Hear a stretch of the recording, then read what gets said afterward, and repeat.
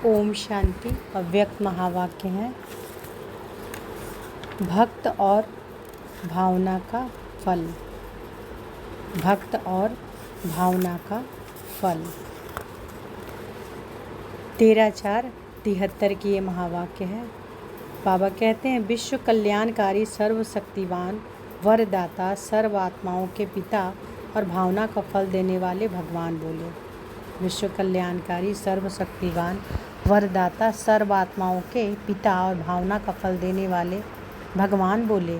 जैसे भक्तों को भावना का फल देते हैं, वैसे ही कोई आत्मा भावना रखकर तड़पती हुई आपके पास आए कि जी दान दो, वह हमारे मन को शांति दो, तो आप लोग उनकी भावना का फल दे सकती हो।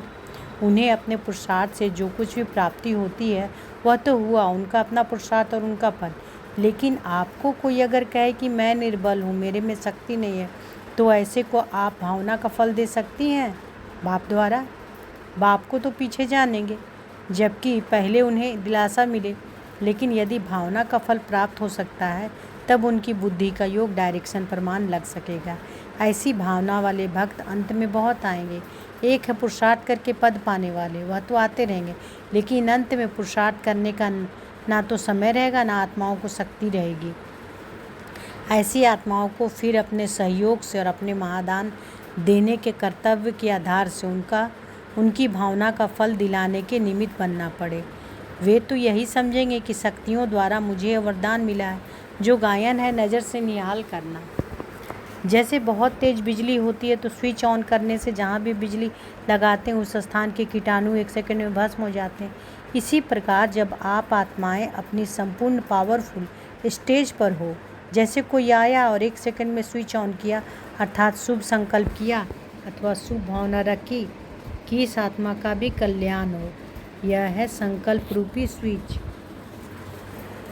इसको ऑन करते अर्थात संकल्प को रचने से फौरन ही उनकी भावना पूरी हो जाएगी। वे गदगद हो जाएंगे, क्योंकि पीछे आने वाली आत्माएं थोड़े में ही ज़्यादा राजी होंगी। समझेंगे कि सर्व प्राप्तियाँ हों, क्योंकि उनका है ही कना दाना लेने का पाठ।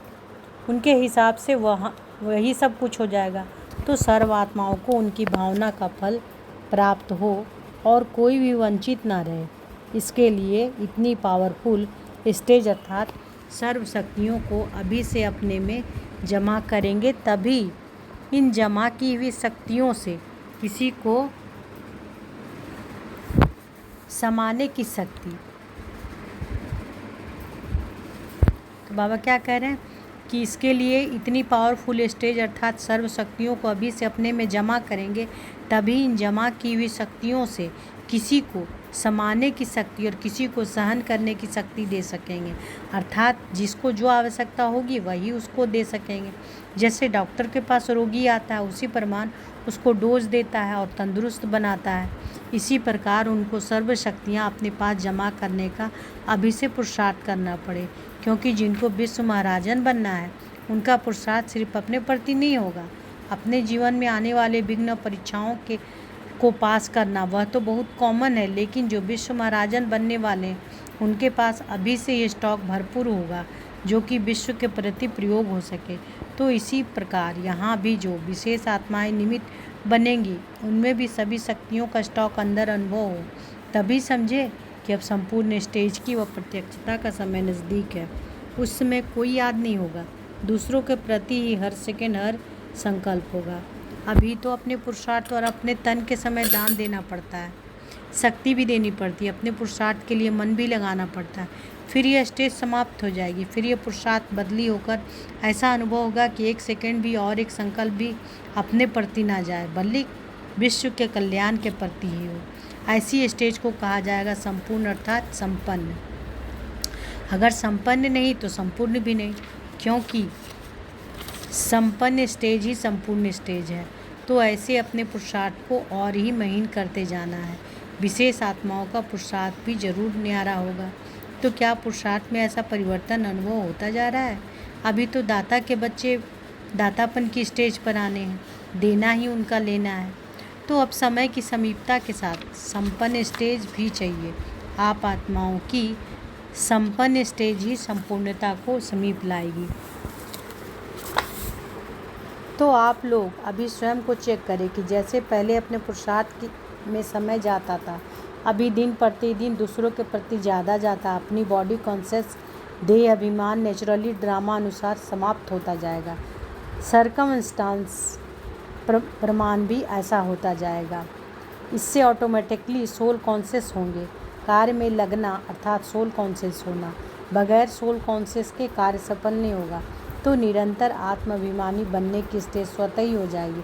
विश्व कल्याणकारी बने हो या आत्म कल्याणकारी बने हो, अपने हिसाब किताब करने में बिजी हो या विश्व की सर्वात्माओं के कर्म बंधन व हिसाब किताब चुकतू कराने में बिजी हो। आप पूछते हैं किस में बिजी हो? लक्ष्य रखा है सदा विश्व कल्याण के प्रति तन मन धन सभी लगाओ। अच्छा, ओम शांति।